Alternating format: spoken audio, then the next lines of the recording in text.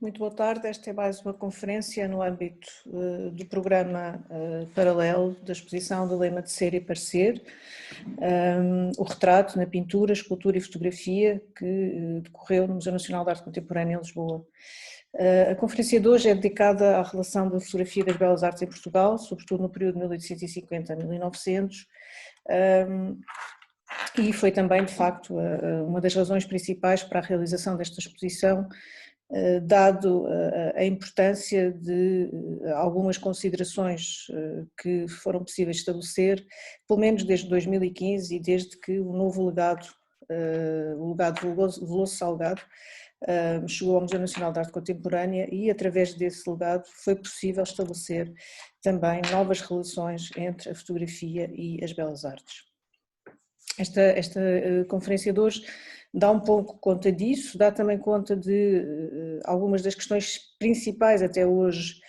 estudadas sobre esta matéria, se bem que seja uma matéria ainda com muito por explorar. Há muitas questões que continuam muito dispersas, há muitos estudos na área do século XIX que têm informação sobre as questões fotográficas ou de relacionamento com a fotografia e as belas artes, mas continuam a ser informações e documentação dispersa, que não está reunida, que não está cruzada. Uma das fontes principais continua a ser a História da Imagem Fotográfica em Portugal, do António Sena, que na altura, ainda na década de 90, compilou de facto muita informação, infelizmente sem citar as fontes, portanto o que nos torna hoje difícil o trabalho de confirmar algumas das questões importantes que ele menciona. De qualquer modo, há já um corpo de investigação e documentação muito interessante, através do qual se podem começar a delinear também algum conhecimento mais aprofundado sobre esta relação da fotografia e das belas artes em Portugal no século XIX. No caso presente do estado da investigação e de que forma é que também as exposições e a investigação que decorre delas tem sido importante para aprofundar alguma desta documentação e algum deste conhecimento, eu citaria apenas dois exemplos. No caso, a exposição de Tesouros da Fotografia Portuguesa do século XIX, realizada em 2015 no Museu Nacional de Arte Contemporânea, com curadoria minha e da Margarida Medeiros, em que já nessa altura, apesar da exposição ter vários núcleos que abrangiam várias temáticas, essa temática da relação entre a fotografia e as belas artes foi já possível também estabelecer e, portanto, foi uma primeira abordagem, pelo menos positiva, a este tema, num dos núcleos da exposição e que depois veio complementar-se de forma mais significativa na exposição dedicada a Carlos Relvas, aos primeiros 10 anos da sua produção fotográfica e que são os anos precisamente em que ele participa na exposição da Sociedade Promotora das Belas Artes em Lisboa. Esta exposição foi de facto muito importante porque nesta altura tínhamos já também, digamos, o espólio Veloso Salgado, o legado do Veloso Salgado mais bem estudado, portanto mais bem tratado, digamos assim, em termos das suas componentes, e a componente fotográfica era de facto muito importante nesse legado e na verdade através da relação sobretudo não com o Veloso Salgado, mas com o Ferreira Chaves, portanto ainda havia muita documentação do pintor Ferreira Chaves nesse legado, e foi através dessa importante documentação fotográfica existente na casa que foi possível aprofundar algumas das relações, sobretudo do Carlos Relvas, com as próprias exposições da Sociedade Promotora e com o ambiente artístico do século XIX e desse período.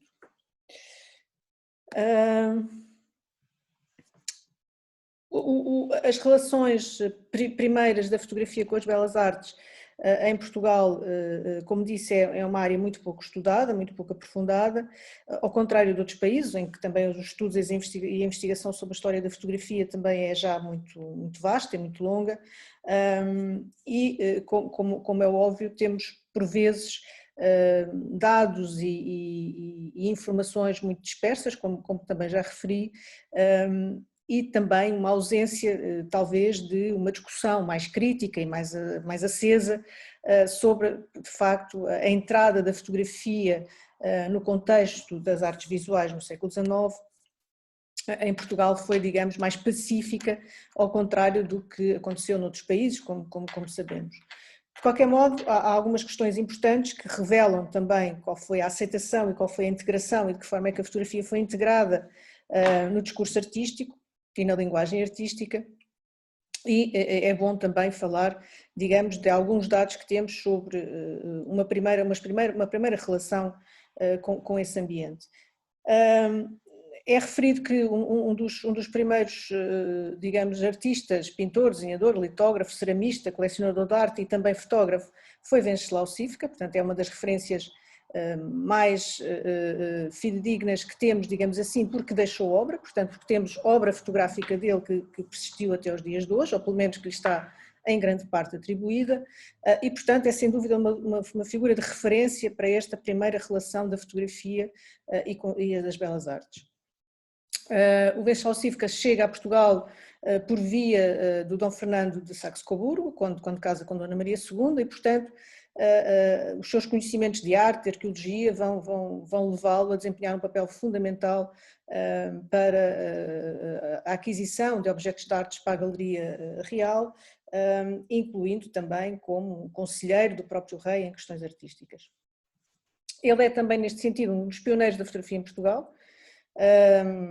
Parece que há referências de ter tido um primeiro estúdio de retrato em daguerreotipo nas necessidades, e algumas fontes, nomeadamente o António Sena, referem-no até como terá sido ele o professor de Carlos Relvas, sem referir, aí está, fonte documental para esta afirmação. A única fonte documental que cruza Carlos Relvas com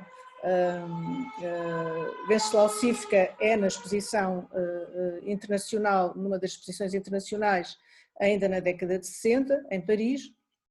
mas o Carlos Relvas apresenta-se na secção de produtos alimentares agrícolas e o Venceslau Cifka, sim, aí na secção de fotografia. Portanto, ainda muito longe de qualquer relação mais artística ou mais fotográfica entre os dois. Como é óbvio, foi depois também fotógrafo da Casa Real, e fontes também referem que depois terá aperfeiçoado os seus estudos fotográficos em Paris, também não sabemos se isto é verdade ou não, se é uma informação fidedigna, mas a verdade é que ele aperfeiçoou os seus estudos fotográficos ou a sua prática fotográfica, já que, para além de ter praticado o daguerreotipo, depois vamos encontrar também, ainda hoje, em várias coleções, imagens suas já no processo de colódio úmido, portanto um processo já reprodutível e num processo já mais tardio. Em 1851, para além de várias exposições internacionais em que participa, participou também na exposição filantrópica no Arsenal da Marinha, onde expôs 11 quadros de daguerreotipo.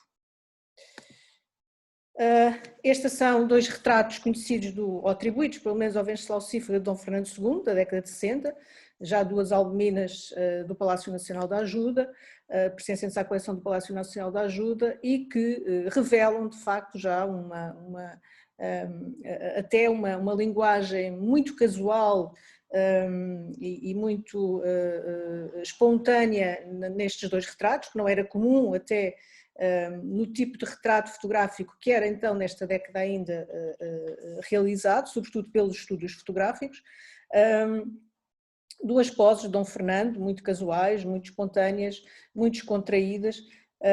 muito longe também de um retrato mais oficial, portanto mais solene, e que revelam também a adesão da própria aristocracia a um certo novo modelo de representação, digamos, mais política até, essa adesão a um novo modelo e uma nova forma de se fazerem representar. Da única paisagem conhecida até hoje em daguerreotipo existente sobre Portugal e em coleções portuguesas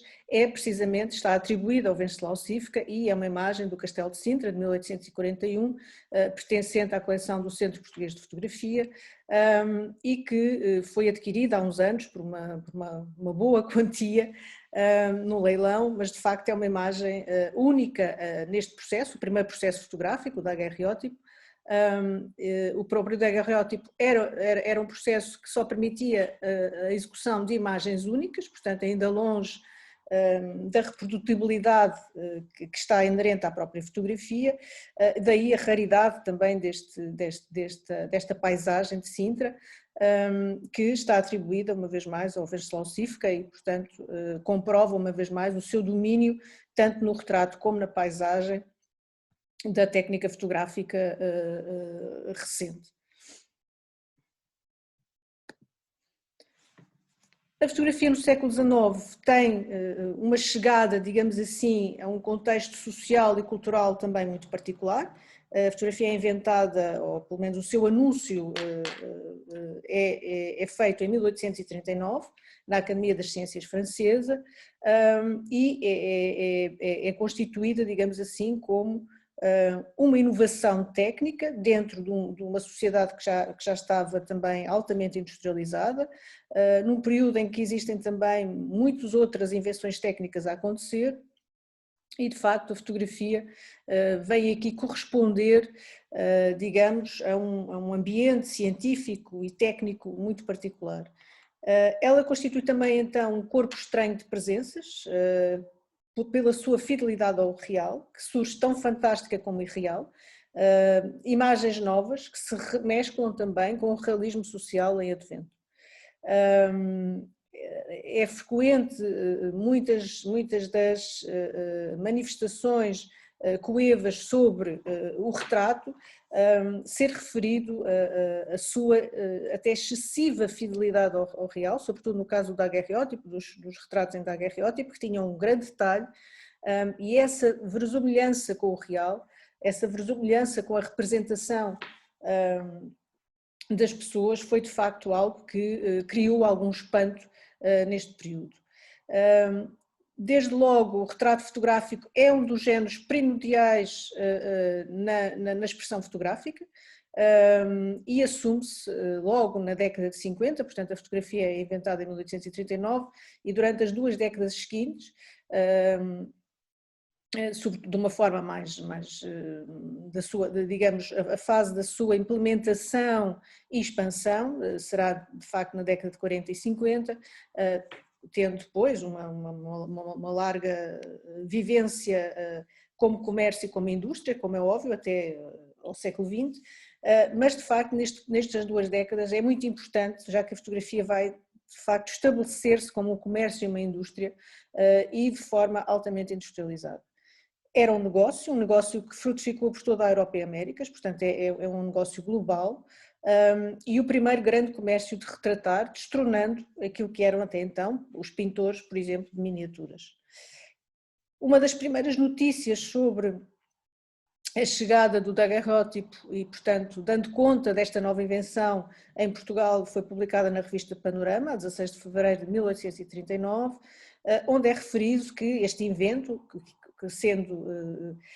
apelidado de um dos mais admiráveis dos nossos tempos, terá largas consequências em todas as artes do desenho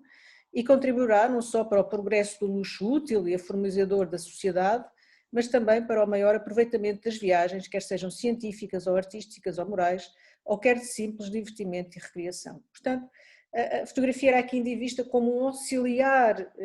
do próprio desenho, e, digamos, como sendo, ou antevendo-se, uma importância enorme no contexto da sociedade, nas suas várias vertentes. É também importante que esta adesão ao retrato fotográfico tenha sido tão exponencial, porque há uma sociedade que está receptiva também a esta noção da representação fisionómica, que vem ainda de uma cultura romântica que exaltava o valor individual. Os fotógrafos, na verdade, não inventaram a pose, mas em concreto deram-lhe novas reformulações, não só de caráter social, como de relacionamento com a ideia de veracidade ou verosimilhança. Portanto, esta ideia muito importante que a fotografia vem introduzir, que é, ou que tem em si, na sua ontologia, um valor universal de veracidade, já que ela é uma reprodução mecânica da realidade. E é precisamente também esta reprodução mecânica que vai trazer alguns problemas à aceitação artística da própria fotografia. Mas disso falaremos um pouco mais adiante. Nesta encruzilhada entre lucro e inspiração, os fotógrafos vão realçar a componente espiritual da arte para contrapor precisamente este caráter mecanicista da imagem fotográfica. Portanto, vai haver, por parte de muitos fotógrafos, a ideia também, que existia na pintura, de captar a alma do fotografado, portanto, que havia essa componente espiritual e de inspiração também na execução de uma fotografia, e por trás da máquina havia um operador. E, portanto, nesse sentido, um operador que não quer ser, digamos, um agente técnico da imagem, mas sim um artista, e, portanto, é aqui digamos, uma fronteira muito dúbia entre arte e comércio, nesta primeira época de implementação da fotografia, que se vai desde logo estabelecer. E que é, digamos, uma fronteira dúbia entre arte e comércio, que também é favorecida pelos modelos económicos capitalistas que estavam já em formação. É por isso um território que pressupõe também o dinheiro e o lucro. Muitos autores referem esta componente já de organização económica e até social capitalista da própria indústria fotográfica, e conforme refere um dos importantes historiadores franceses de fotografia, o André Rouillet, que é a introjetação do dinheiro na imagem que permite e compra a fotografia neste primeiro período, quer a queiram ou a recusem, como os fotógrafos artistas. Portanto, digamos, uma afirmação da fotografia como arte vai encontrar sempre neste período esta face comercial e industrial da própria prática fotográfica. Há um confronto entre comércio e arte, que depois vai ser também um confronto entre profissionais e amadores. Muitas vezes eles estejam em lados diferentes das barricadas, de uma barricada que é, no fundo, uma batalha pela aceitação mecânica da tal inspiração, que tem muitas vezes alianças, portanto eles vão muitas vezes aliar-se em diversos contextos, mas também muitas desavenças e alguma disputa de prestígio e concorrência também comercial.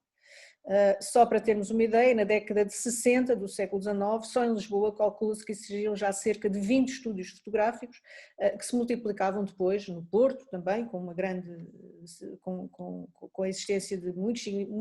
e significativos estúdios, e outras localidades como Coimbra, Évora, Braga, enfim, um pouco por todo o país vão se estabelecer em vários estúdios fotográficos, incluindo no Funchal, na Madeira, a famosa Fotografia Vicentes, e também nos Açores.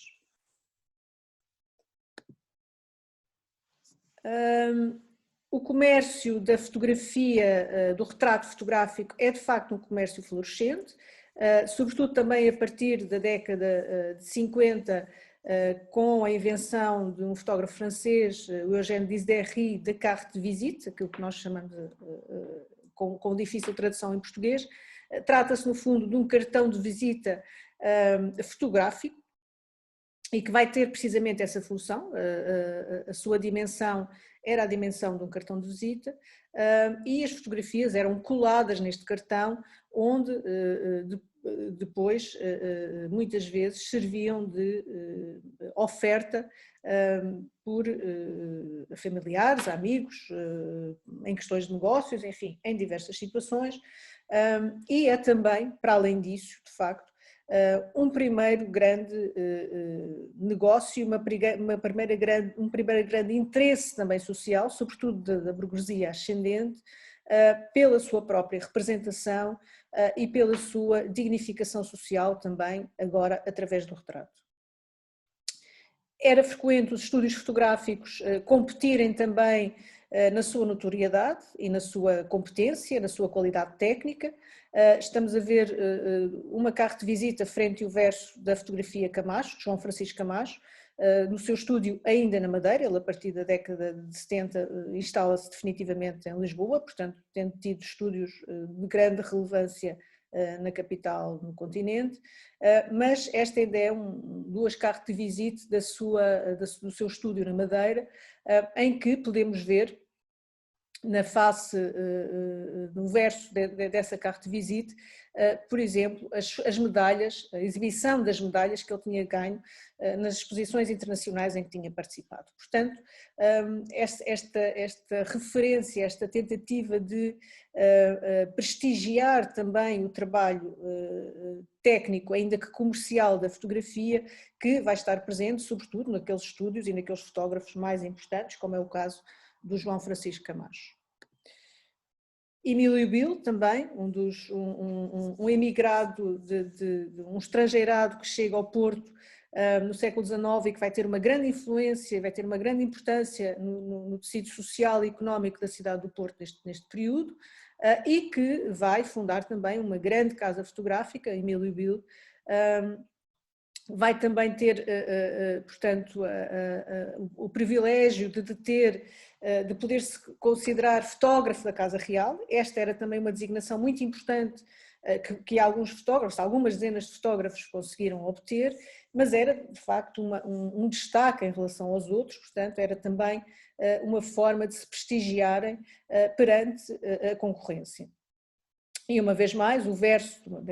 desta carte de visite do Emílio Bil, onde são ostentados os diversos prémios que ele ganhou na Exposição de Filadélfia, na Exposição do Rio de Janeiro, na Exposição de Paris, de 1878, enfim, as muitas exposições em que apresentou trabalhos, muitas delas de caráter industrial, com secções depois dedicadas à fotografia, mas todos os relevos expositivos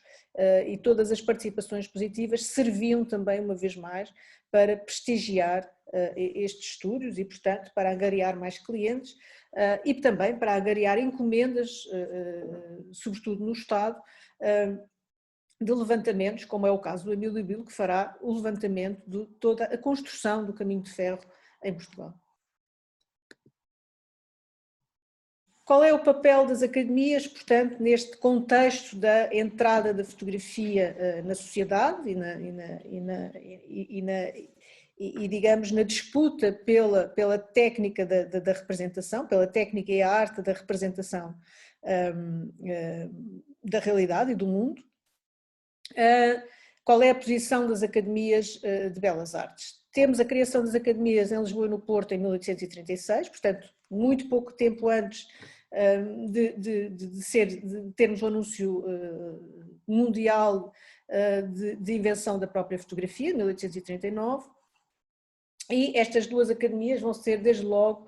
polos de transição da estética do antigo regime para a influência dos novos tempos liberais. Portanto, temos aqui um novo, digamos, ambiente também artístico e cultural com que a fotografia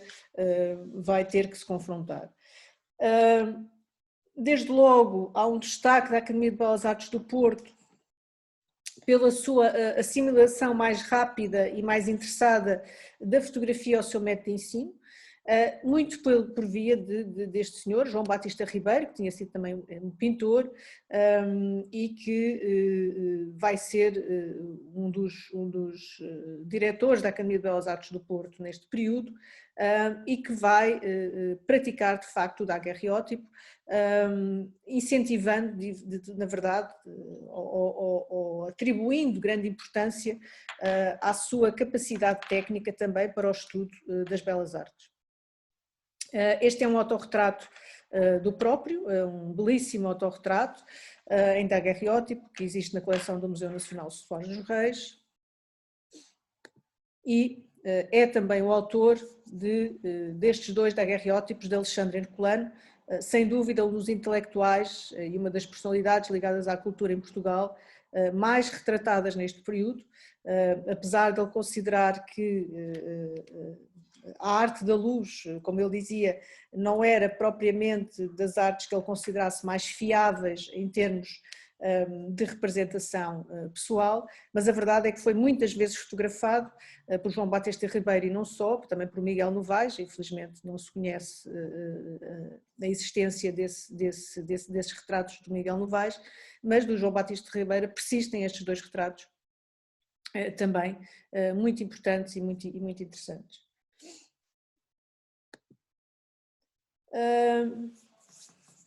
as exposições da Academia de Belas Artes do Porto,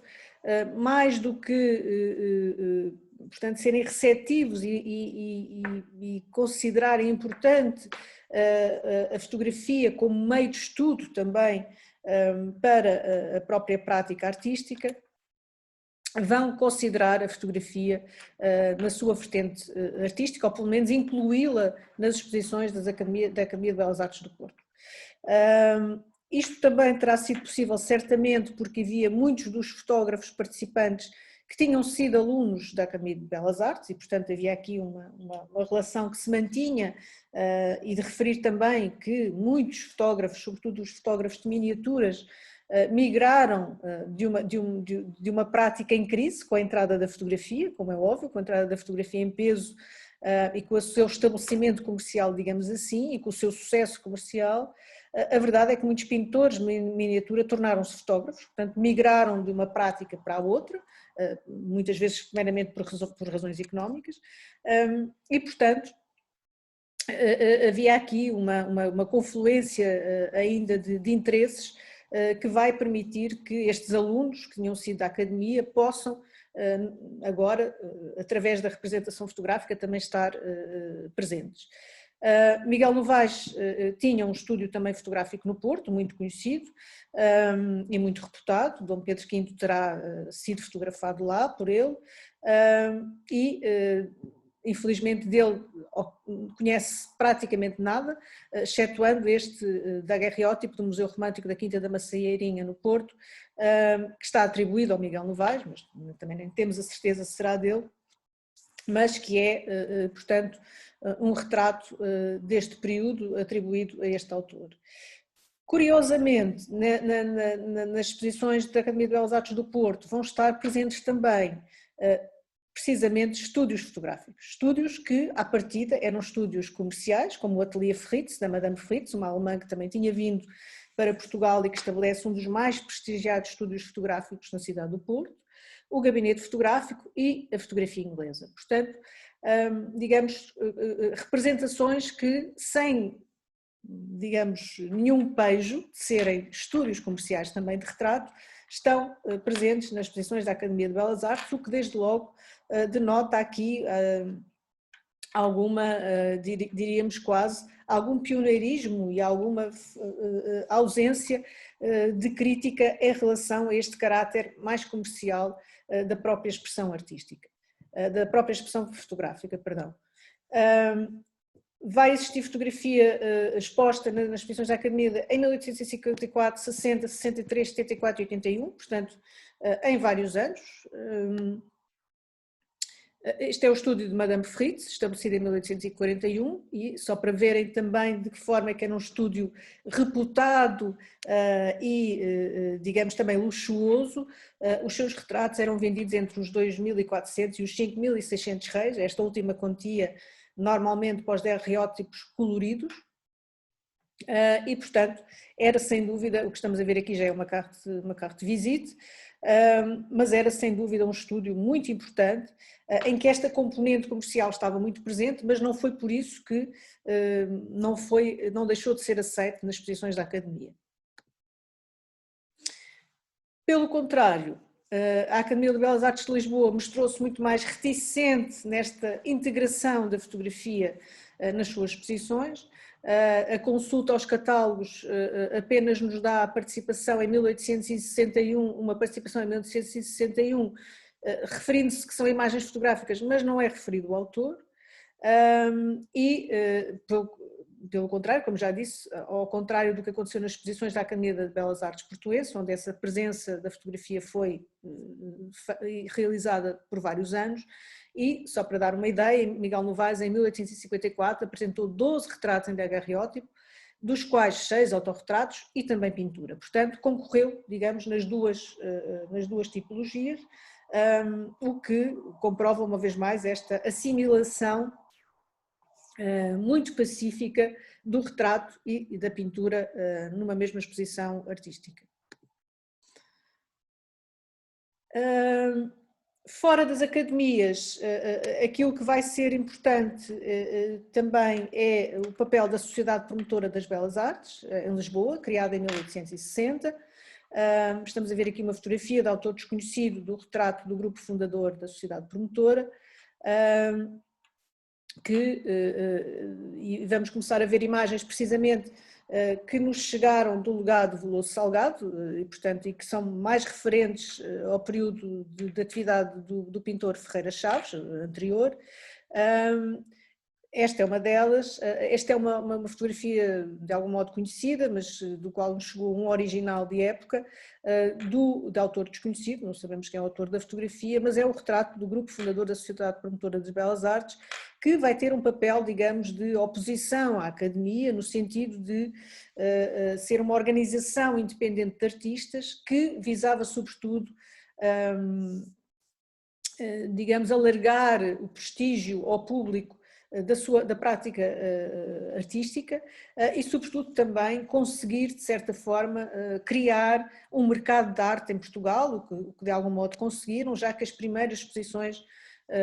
da promotora tiveram grande sucesso, tiveram grande influência e conseguiram, de facto, gerar, de algum modo, um mercado artístico neste período.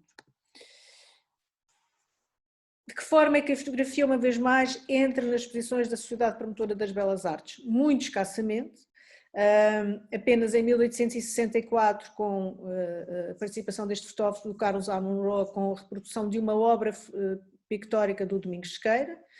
Em 1868, com a participação de Carlos Relvas, com fotografias patrimoniais, portanto fotografias de monumentos. Em 74, com Francisco Rocchini, em 1880, com Henrique Nunes e Lucas de Almeida Marrão, estes dois últimos também, só com fotografia de monumentos e de reprodução de obras de arte. Destaca-se nesta exposição da promotora o pintor Carlos Relvas, porquê? Para já porque é de facto do fotógrafo Carlos Relvas, porquê? Para já porque é um dos fotógrafos mais importantes do século XIX em Portugal, era um amador, não tinha um estúdio fotográfico, que ainda existe, o estúdio fotográfico da Casa Museu Carlos Relvas na Golgã, portanto um estúdio original do século XIX, uma preciosidade, um dos raros estúdios internacionais que ainda existem, a par do estúdio da fotografia Vicentes, no Funchal, na Madeira, agora convertido em Museu da Fotografia da Madeira. São, portanto, dois casos únicos, quase internacionalmente, mas existentes em Portugal, de dois estúdios fotográficos do século XIX, de origem, portanto, criados originalmente no século XIX, e que nos permite, de facto, fazer uma viagem no tempo sobre o que é que era e como é que era um estúdio fotográfico neste período.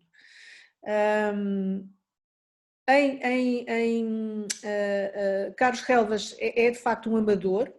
tem um estúdio fotográfico sumptuoso, luxuoso, construído de raiz,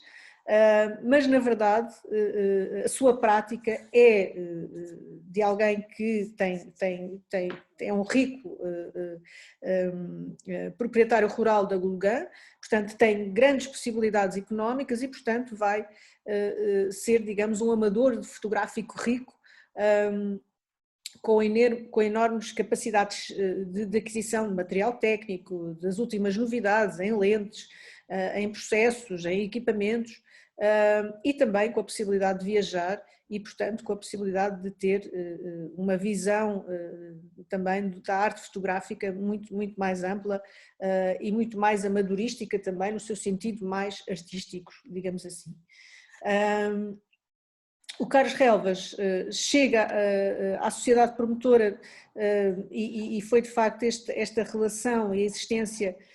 naquilo que era o arquivo pessoal do Ferreira Chaves, a existência de muita fotografia, portanto a existência de muita fotografia da autoria do Carlos Relvas e de outros fotógrafos também, o que denota desde logo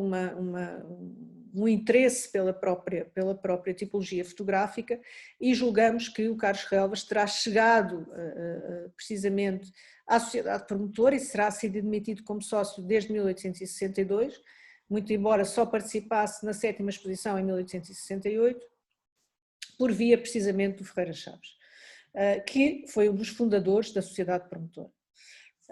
Este é um autorretrato do Carlos Relvas. Foi talvez dos fotógrafos também amadores, tirando o João Francisco Camacho, que era um fotógrafo comercial, a mais se autorretratar. Portanto, existem dezenas de fotografias em autorretrato do Carlos Relvas. E, uma vez mais também, utilizando as mesmas estratégias de dignificação do seu próprio trabalho, tal como o faziam os fotógrafos profissionais, com a tal indicação no verso desta carta de visita do seu autorretrato, da indicação das várias medalhas que tinha ganho, e uma referência muito importante, dizendo que era um fotógrafo amador, em francês, portanto uma designação feita em francês, e dizendo também que era membro da Sociedade Francesa de Fotografia, e já falaremos da importância desta associação. A participação do Carlos Relvas na 7ª exposição da Sociedade Promotora é feita de facto com fotografia patrimonial, já vamos ver qual. E nesta exposição acontece algo muito interessante. A comissão organizadora, em comunicado oficial, vem dizer que não admitiria o retrato na exposição, não admitiria fotografias de retrato, não admitiria esse género, e só eram admitidas fotografias de merecimento artístico ou históricas. Estas fotografias de merecimento artístico, portanto, fazem supor que a sociedade promotora e os seus membros, na grande parte artistas e artistas de uma nova geração, que refutavam precisamente também muitos dos ensinamentos mais tradicionais da academia, mas que não foram suficientemente progressistas, digamos assim, no seu gosto e na sua capacidade de entendimento da nova prática fotográfica, de a admitir no género do retrato, considerando talvez que a fotografia de retrato não tinha esse merecimento artístico, precisamente porque a ela estava ligada uma prática comercial muito evidente. Vão ser incluídas nestas fotografias de merecimento artístico, como é óbvio, apenas as fotografias de monumentos, as fotografias patrimoniais, para o contributo para o qual a fotografia passou a ser muito importante. Grande parte das campanhas, por exemplo, de Joaquim Posidónio da Silva, um dos fundadores da Real Associação dos Arquitetos e Arqueólogos Portugueses, foi também um fotógrafo que fez das primeiras campanhas fotográficas a nível nacional de registro dos principais monumentos, que são hoje documentos importantíssimos para percebermos até as várias fases de restauro a que foram sujeitas, ainda no século XIX e mais tardiamente. Portanto, fotografia patrimonial que tinha tido uma plena aceitação, pelo menos neste âmbito mais histórico-científico, digamos assim, do património, e que, portanto, podia estar patente nas exposições da promotora, nada de retratos, porque isso era, digamos, uma associação demasiado comercial e, portanto, não se reconhecia aí merecimento artístico. O que esta própria imagem, este próprio autorretrato de Carlos Relvas vem contrariar, são da sua autoria alguns dos mais belos retratos do século XIX português, como, por exemplo, também toda esta representação muito importante que também era frequente noutras personalidades, que vem destacar, isto são tudo retratos feitos no seu estúdio, já na Gauguin, e que vem destacar também a erudição do próprio artista fotógrafo, neste caso, há uma afirmação de Carlos Relvas de ser um fotógrafo artista e um amador, e esta designação de amador à partida também dava-lhe ou conferia-lhe imediatamente uma conotação mais artística do que se fosse um fotógrafo comercial. E depois aqui há alguns elementos de mobiliário, esta Vênus clássica que frequentemente aparece em muitas das suas fotografias, tanto dos seus autorretratos como de outros, um gomil, portanto, todos os livros, as próprias representações fotográficas também, portanto, toda uma série de objetos, não é, que também ajudam, digamos, a afirmar a erudição e o estatuto social e cultural do próprio Carlos Relvas. em a participação de Carlos Reves na, na exposição da Sociedade Promotora das Belas Artes não passou despercebida à imprensa. Em 15 de outubro de 68, no Diário Notícias, há uma referência às imagens que o Carlos Reves apresenta e que depois ofereceu à Academia Real, e com uma descrição das várias imagens que ele tinha apresentado, da batalha, sobretudo, umas belíssimas, algumas das mais importantes imagens do Mosteiro da Batalha, os túmulos de Alcobaça também, e uma série de vistas estereoscópicas, e é interessante que as vistas estereoscópicas tenham sido admitidas também na exposição da Sociedade das Belas Artes, porque elas tinham de facto, tinham tido, a fotografia estereoscópica, para quem não saiba, é o antepassado do nosso atual 3D, e são fotografias que a partir de dispositivos depois de visionamento, os visores estereoscópicos permitiam ver a imagem em tridimensional, portanto com profundidade. É um processo que teve grande sucesso também no século XIX. Havia edições, casas editoriais, portanto havia um negócio também editorial da própria estereoscopia, mas a sua entrada também nos salões burgueses como forma de entretenimento muito frequente, não propriamente como forma de deleite artístico, mas como forma de entretenimento, mas a verdade é que digamos que esta aceitação, apesar de tudo, destas vistas estereoscópicas que eram também de monumentos, foram aceites na exposição da promotora. E passamos às imagens que foi possível identificar como tendo estado de facto expostas pelas descrições do próprio catálogo, tendo estado expostas na exposição de 1868 em Lisboa, e são magníficas imagens da batalha, são albuminas. Era difícil este processo de captação de imagem, era difícil, porque são imagens ainda em colódio úmido. O colódio úmido era um processo que partia da sensibilização de uma placa de vidro, com uma emulsão, portanto, sensivelmente fotográfica sensível, e essa placa de vidro tinha que ser emulsionada, digamos assim, sensibilizada no momento da captação da imagem.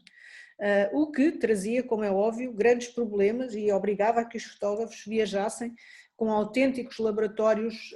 fotográficos ambulantes. E tinha que ser, portanto, digamos, processada no local e na altura da sua toma. Não era uma fotografia que se guardava e ficava guardada na máquina e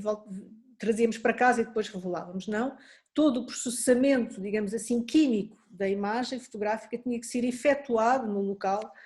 e a quando da tomada de vista da imagem. Portanto, o que requeria, de facto, uma grande perícia, requeria alguns ajudantes também, certamente,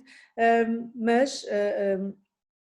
há, na verdade, uma monumentalidade e uma qualidade nestas imagens fotográficas enorme e também um poder de documentação muito grande, para além de todo o seu caráter também estético, em relação ao qual o Carlos Reves, como é óbvio, dava grande e especial atenção. De referir também que o Carlos Reves teve sempre algum do melhor equipamento internacional. Ele chegou a adquirir algumas das mais inovadoras lentes para ter ângulos de captação cada vez melhores, portanto cada vez mais perspectivados, com aberturas de ângulo cada vez maiores, portanto esteve sempre, digamos, muito bem equipado para fazer esta fotografia patrimonial e, de facto, apresentou um conjunto significativo de imagens nesta exposição de 1868.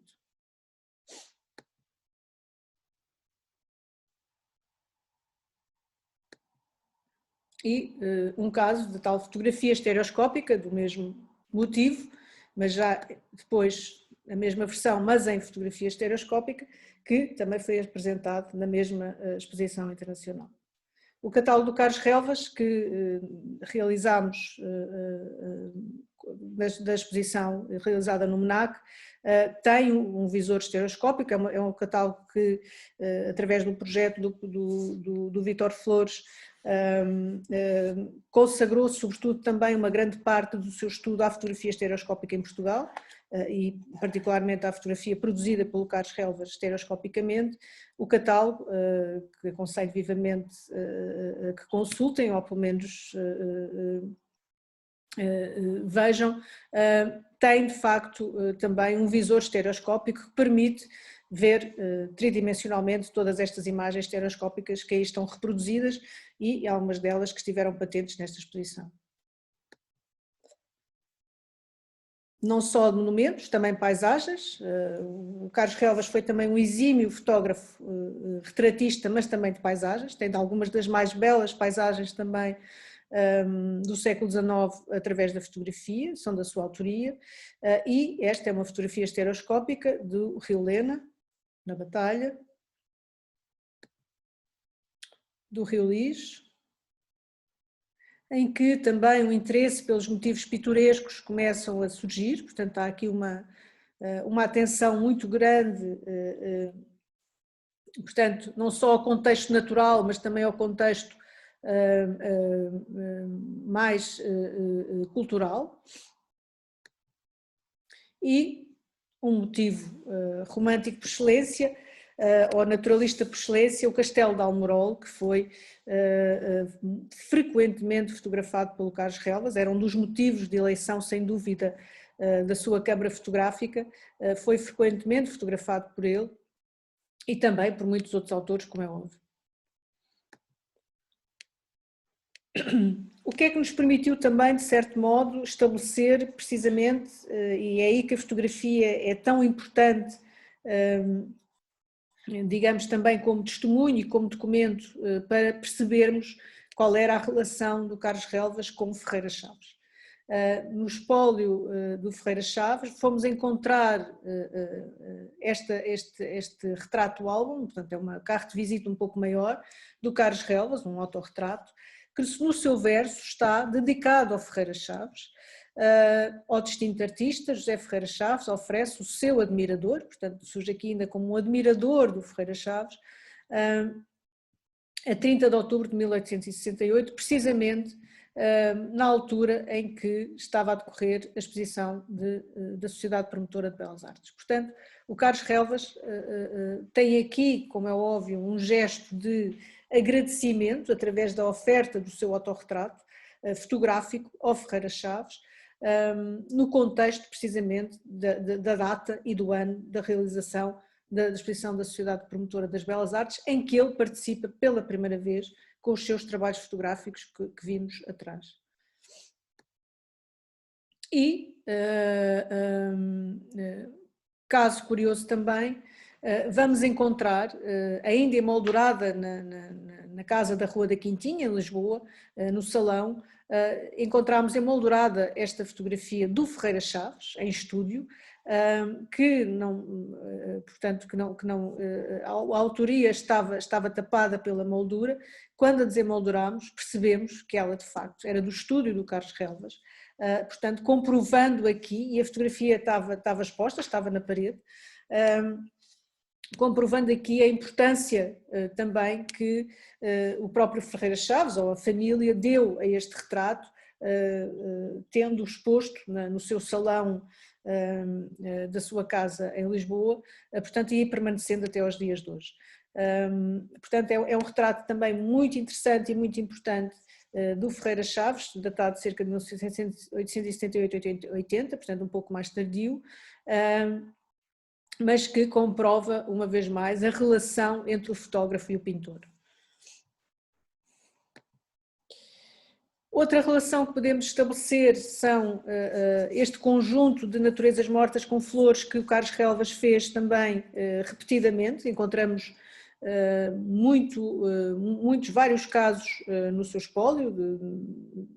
e que existiam precisamente e que estavam na posse de Ferreira Chaves. Portanto, muitas destas imagens que estão a ver como sendo coleção MNAC, a sua proveniência é via legado Veloso Salgado de Ferreira Chaves. e portanto são fotografias que estavam também na posse de Ferreira Chaves e que têm uma nítida e evidente também ligação com a temática das flores, também muito trabalhada pelo Ferreira Chaves na sua pintura e que, sem dúvida, permite-nos aqui estabelecer mais um paralelismo, pelo menos, em relação até às temáticas entre uma tipologia e outra. Outra relação importante, quando realizámos depois também a exposição do Carlos Relvas, para nós era muito importante, para além dos aspectos que os autores iniciais do projeto, o Carlos Relvas o Vítor Flores e a Ana David Mendes nos trouxeram, que era mostrar a produção fotográfica do Carlos Relvas nos primeiros 10 anos da sua atividade fotográfica. Quisemos muito ressalvar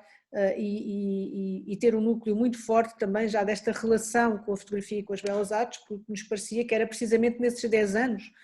precisamente da atividade do Carlos Relvas, que ela se vem fundamentar essa sua relação mais artística também e de afirmação artística até a nível nacional e internacional,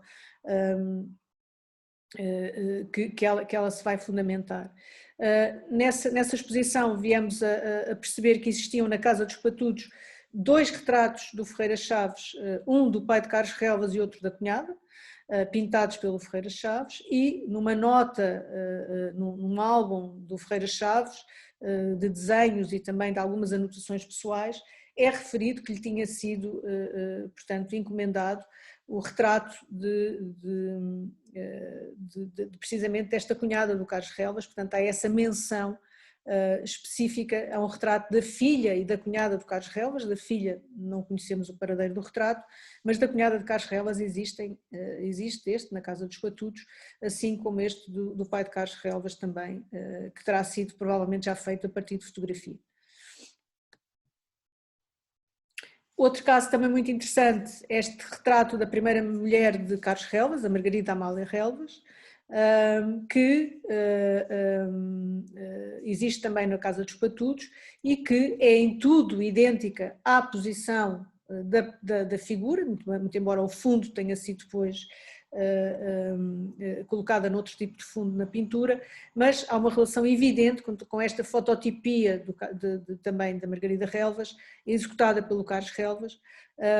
e portanto em que a figura da Margarida Relvas é sem dúvida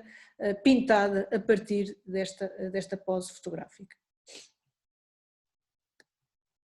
Portanto, estabelecidas, digamos assim, algumas das relações principais entre estes 2 autores em particular. A partir de 1872 o Carlos Relvas deixa de aparecer inclusive como sócio da sociedade promotora, portanto dá a ideia que abandona também o seu interesse, uma vez que de facto a fotografia não tinha tido uma recepção como era suposto, ou como ele se calhar esperava ter, e também porque a partir da década de 60, de facto, o Carlos Relvas vai tornar-se sócio e tornar-se membro da prestigiada e importante Société Française de Photographie, uma das mais antigas na Europa e uma das mais importantes, cujas exposições davam renome e davam, digamos, distinção artística a quem nelas participasse, e o Carlos Relvas, na verdade, vai a partir de então ser membro da Société Française de Photographie, vai expor frequentemente nas exposições da Société, vai ser destacado muitas vezes o seu trabalho e premiado, e portanto o seu interesse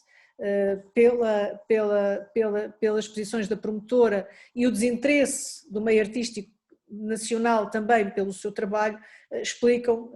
que a partir da década de 60, de facto, deixa de haver qualquer relacionamento do Carlos Relvas com um contexto mais artístico, excetuando depois algumas participações noutras exposições nacionais, no Centro Artístico Portuense, por exemplo, mais uma vez o Porto, aqui a dar cartas, mas, portanto, participações muito diferentes. Outra relação importante da fotografia com as belas artes é através do pintor Francisco José Rezende, e nomeadamente com Carlos Relvas, um pintor controverso, muito polémico na sua época, que também fez crítica de arte, e que precisamente fez uma crítica à 7ª exposição da promotora e ao trabalho em particular do Carlos Relvas. Existe também provas documentais que, uma vez mais, é possível estabelecer entre as duas personalidades, e nessa crítica ao trabalho do Carlos Relvas ele refere que a fotografia está otimamente representada pelo distintíssimo amador Sr. Carlos Relvas, e todos os seus trabalhos tirados no momento da batalha são dos mais nítidos e vigorosos que se têm feito no nosso país. Portanto, destacando o trabalho de Relvas neste aspecto e criticando a comissão organizadora da exposição, da Sociedade Promotora, pela exclusão do género do retrato. E referindo, aliás, que na Exposição Universal de Paris de 1867, o retrato tinha estado representado na secção de fotografia e até tinham participado 3 fotógrafos estrangeiros em representação de Portugal, como é o caso de Venceslau Sifka, de que já falámos no início, Jacques Francem Venen e Thorsten Thompson, que também era um fotógrafo de monumentos e que também fez algumas fotografias de monumentos em Portugal. Portanto, é nesta Exposição Universal de Paris de 1867 que o Sifka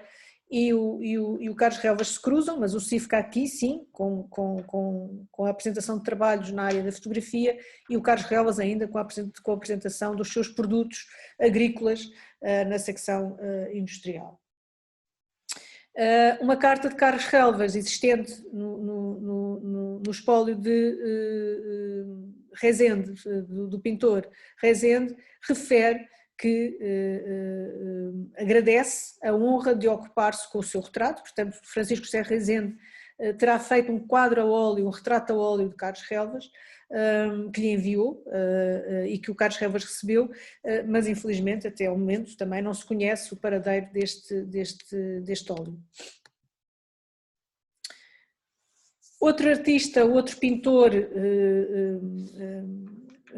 importante deste período e que uma vez mais foi retratado também pelo Carlos Relvas e que também pintou o Carlos Relvas, portanto uma vez mais aqui uma troca de galhardetes, digamos assim. Estas duas imagens do Carlos Relvas, o cartão final, não é? Portanto o cartão álbum final da fotografia, e aqui uma fotografia ainda não preparada, não é? Portanto ainda não finalizada, em que se pode ver o cenário, o pano de fundo, portanto o cenário natural e depois os objetos e portanto todos os adereços e uma fotografia, e a fotografia que contém a pintura que José Malhoa estava a executar neste período. Mais dois retratos, da sessão fotográfica, seriamente a mesma sessão fotográfica, portanto, teria sido este depois, como é óbvio, após escolhida, mas encontramos depois na Casa Estúdio Carlos Relvas, na Gulbenkian, existem estes 2 negativos que demonstram que foi uma sessão que teve várias poses e, portanto, teve várias hipóteses de escolha, como era também habitual. Aqui o retrato de José Malhoa do Carlos Relvas, datado de 1894, existente na Casa dos Patutos, Museu de Alpiarça, portanto o Carlos Relvas já no final da sua vida, também uma personalidade muito importante no meio artístico nacional neste período, o crítico Rangel de Lima, fotografado também uma vez mais pelo Carlos Relvas no seu estúdio. O António Sena refere que em 1880, juntamente com Alfredo de Andrade, o Rangel de Lima apresenta um relatório à Academia de Belas Artes de Lisboa sobre o estado dos monumentos no norte do país, uma vez mais acompanhado de fotografias de Carlos Relvas, e será daí também certamente que se estabeleceu esta relação mais próxima entre Rangel de Lima e Carlos Relvas. Como vos disse também anteriormente, o Carlos Relvas passa a poder, nas exposições internacionais, na Société e não só, em muitos outros países e em muitas outras exposições,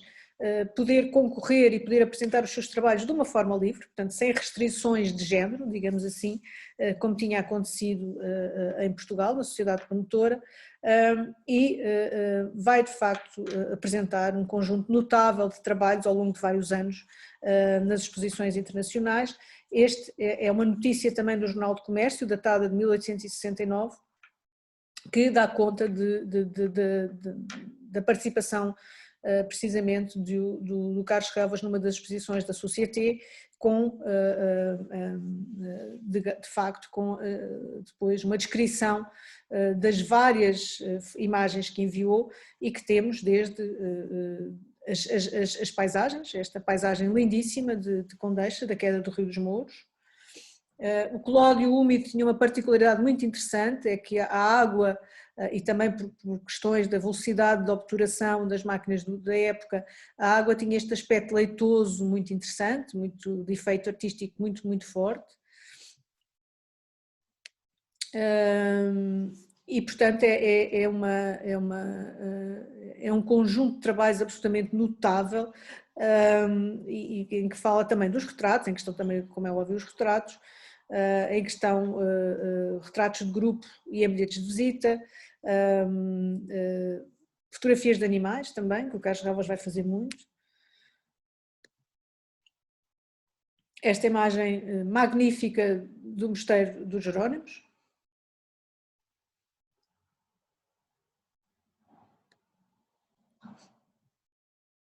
As fotografias de animais.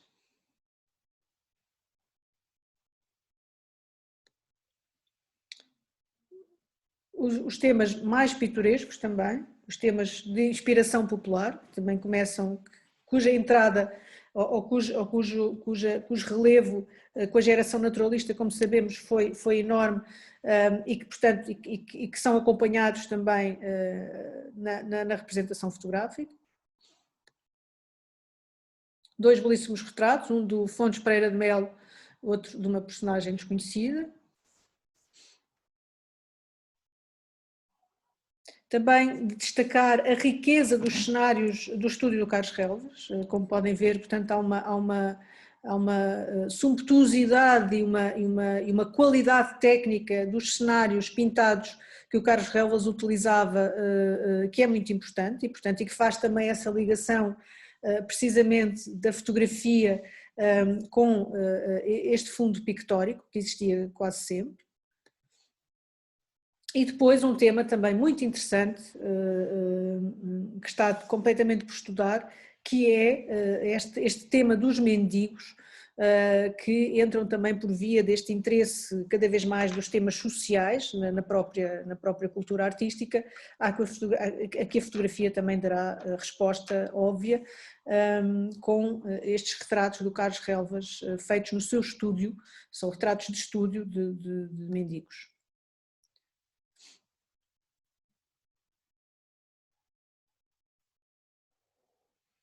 E que ele também apresentou na Société Française de Photographie por diversas vezes. Trabalho que se pode e que está e também, digamos, implícito numa tradição fotográfica que se começa a estabelecer também na Europa, sobretudo através do pictorialismo inglês, como é o caso destas imagens do Oscar Highlander, em que o mesmo tema foi profusamente trabalhado. Outro caso importante de relação neste período, ou até então, o caso mais bem documentado e mais óbvio de utilização da fotografia para estudos pictóricos, portanto, e a importância que este pintor, em particular Alfred Keil, vai dar à fotografia é evidente e é enorme, é um dos casos raríssimos, até hoje conhecidos, não é? Portanto, poderá um dia haver alguma surpresa também agradável, mas até ao momento é de facto o pintor com documentação fotográfica conhecida, muito ampla, muito abrangente, e que sabemos definitivamente que foi utilizada e de forma óbvia para os seus estudos de muitas pinturas. O caso de Alfred Keil já se conhecia há muito tempo, portanto, digamos, apesar de tudo, sob o ponto de vista fotográfico, creio eu, um caso ainda por estudar e por aprofundar melhor. Foi feita uma primeira abordagem no catálogo da sua exposição retrospectiva há uns anos, mas eu creio que esse estudo está muito incompleto e urgia também fazer um estudo mais aprofundado da importância da fotografia na obra de trabalho do Alfred Keil e, por analogia também, na fotografia, na pintura e nas belas artes deste período. Aqui um autorretrato e um autorretrato também, mas aqui com a sua mulher, Cleide Sinati. O estudo fotográfico para a pintura Paisagem de Colares, de cerca de 1973. É um estudo sobretudo da pose, não é? Dos movimentos, do contorno das figuras, e que é muito importante, se bem que depois, como é óbvio, a escala seja adaptada, mas este detalhe, digamos assim, que a fotografia permitia dar, este instantâneo que a fotografia, apesar da sua pose, há um caráter sempre implícito de instantâneo na própria imagem fotográfica, que passa a ser aqui muito importante para a sua leitura também pictórica. O vapor que passa, recordação do Cabo da Roca, também, mas vez mais um estudo fotográfico para a pintura, se bem que depois as figuras sejam, digamos, invertidas e a sua pose invertida. Um caso evidente também parece-me de ligação do estudo para a pintura à primavera, da Casa Museu Anastácio Gonçalves, em que uma vez mais depois aqui a perspectiva é outra, mas a composição das duas figuras, até no pequeno pormenor deste levar da trouxa de roupa, que aqui é substituído por outro objeto, mas não deixa de ser evidente a sua filiação, digamos assim, em termos de estudo de composição da figura humana. E também o estudo para a leitura de uma carta, para a pintura à leitura de uma carta, da coleção do museu, na exposição de Lema de Ser e Parecer, precisamente a pintura e a fotografia estavam, e o estudo para a fotografia estavam também lado a lado, para que se pudesse perceber um pouco também o modelo de trabalho, o método de trabalho e o método de trabalho que a fotografia permitia realizar. Já no final do século XIX há também uma série de outros contributos importantes, o caso de Henrique António Guedes de Oliveira, um importante fotógrafo do Porto, uma vez mais, fotografia Guedes, que em 1897, numa iniciativa completamente inédita, decidiu reunir no seu estúdio, na Rua de Santa Catarina, alguns dos mais relevantes pintores naturalistas da época, portanto, como o caso de Carlos Reis, Colomano Bordal Pinheiro, Veloso Salgado e outros. No catálogo dessa exposição, e respondendo provavelmente a algum ambiente crítico da época em relação à sua iniciativa, o Henrique Guedes teve que defender, digamos assim, a sua ideia e essa exposição, dizendo que se dirigia às místicas e doces criaturas, de uma forma irónica, como é óbvio, que no meu certame descobriram lives de mercantilismo, portanto, o Fotografia Guedes era um estúdio comercial de retrato, não nos podemos esquecer, e a quem não consenti que a glória do seu nome viesse a aquecer a notoriedade do meu estabelecimento. Não para lhes contar o dinheiro e as canseiras que gostosamente despendi com esta exposição, mas para lhes mostrar caridosamente que é precisa muita e muita estupidez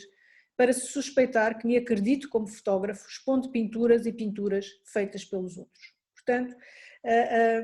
a eterna fronteira entre a arte e o comércio não podia estar mais bem explicitada nesta defesa em nome próprio que o Henrique Guedes faz da sua própria ideia de expor no seu estúdio fotográfico comercial na Rua de Santa Catarina um conjunto relevante de pintores deste período, e isso foi visto como uma forma de ele, digamos assim, prestigiar-se artisticamente e comercialmente, ou prestigiar-se mais comercialmente do que talvez até artisticamente, ao expor pinturas num lugar de realização da fotografia. Portanto, só para percebermos de que forma é que, de facto, este confronto esteve sempre um bocadinho implícito, muito embora tenha havido, em certos momentos,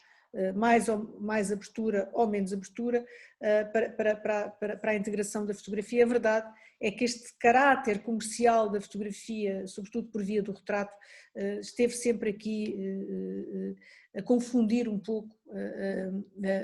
os territórios. A primeira exposição nacional de fotografia, digamos assim, é feita por José Júlio Betancourt Rodrigues, portanto, alguém ligado aos estudos geodésicos, portanto, um cientista, mas que foi um dos primeiros a estabelecer também um estúdio fotográfico especializado nessa área e, portanto, e que teve até um destaque e uma aceitação internacional enorme. Portanto, alguém que reconhecia bem a importância da fotografia para os estudos geodésicos, por exemplo, e que organiza em 1875 a primeira Exposição Nacional de Fotografia, mas na Academia Real das Ciências de Lisboa, e isso também não será por acaso, não é? Portanto, uma vez mais aqui a fotografia integrada num discurso científico e não propriamente num discurso artístico. Outras exposições já no final do século XIX e que marcam, digamos assim, depois para o século XX, uma outra realidade muito diferente. A fotografia, de facto, a partir do final do século XIX, século XX, começa a ter outros contornos também de maior massificação, a importância da fotografia vernacular, da fotografia doméstica, com a entrada das máquinas cada vez mais portáteis, das máquinas e dos filmes também que permitiam já outro tipo de prática fotográfica e permitem a expansão do tal amadorismo da fotografia, portanto, a própria importância da imprensa ilustrada, de que forma é que a imprensa se vai modificar radicalmente com a entrada e com a possibilidade da fotografia ser reproduzida tipograficamente, e portanto isso também vai ser um dos aspectos que estão na origem daquilo que nós hoje chamamos os meios de comunicação de massas, não é? A fotografia teve aí um contributo absolutamente decisivo. E neste final do século XIX há muitas iniciativas tentando afirmar, digamos assim, uma organização de fotógrafos artistas, não é? Que pudessem reclamar esse caráter artístico da própria fotografia, e isso também só vai ser possível através de várias tentativas. Eu dou aqui apenas as mais importantes, também não foram assim muitas, normalmente de curta duração, mas que tentam agremiar, digamos assim, os principais fotógrafos portugueses para, de facto, poderem fazer as suas exposições, poderem ter as suas publicações e, dessa forma, afirmarem a arte fotográfica em nome próprio. É o caso da Academia Portuguesa de Amadores Fotográficos, criada em 1887, apenas realizaram uma exposição, mas afirmavam uma arte, a arte fotográfica, que era praticada tanto por profissionais como por amadores. Portanto, tendo aqui uma posição de mais integração, digamos assim, até da profissão fotográfica, tentando integrá-la num discurso artístico. A importante Exposição Internacional de Fotografia do Porto, 1886, que foi sem dúvida muito relevante e muito importante. E depois, em 1899, a primeira Exposição Nacional de Fotografia de Amadores, realizada no Salão Portugal da Sociedade de Geografia, que teve 52 expositores e foi já uma homenagem a Carlos Relvas, digamos assim. Carlos Relvas tinha morrido em 1894 e, portanto, a exposição surge como uma grande homenagem a um dos grandes e mais destacados amadores fotográficos portugueses deste período, e com, como é óbvio, evidentes relações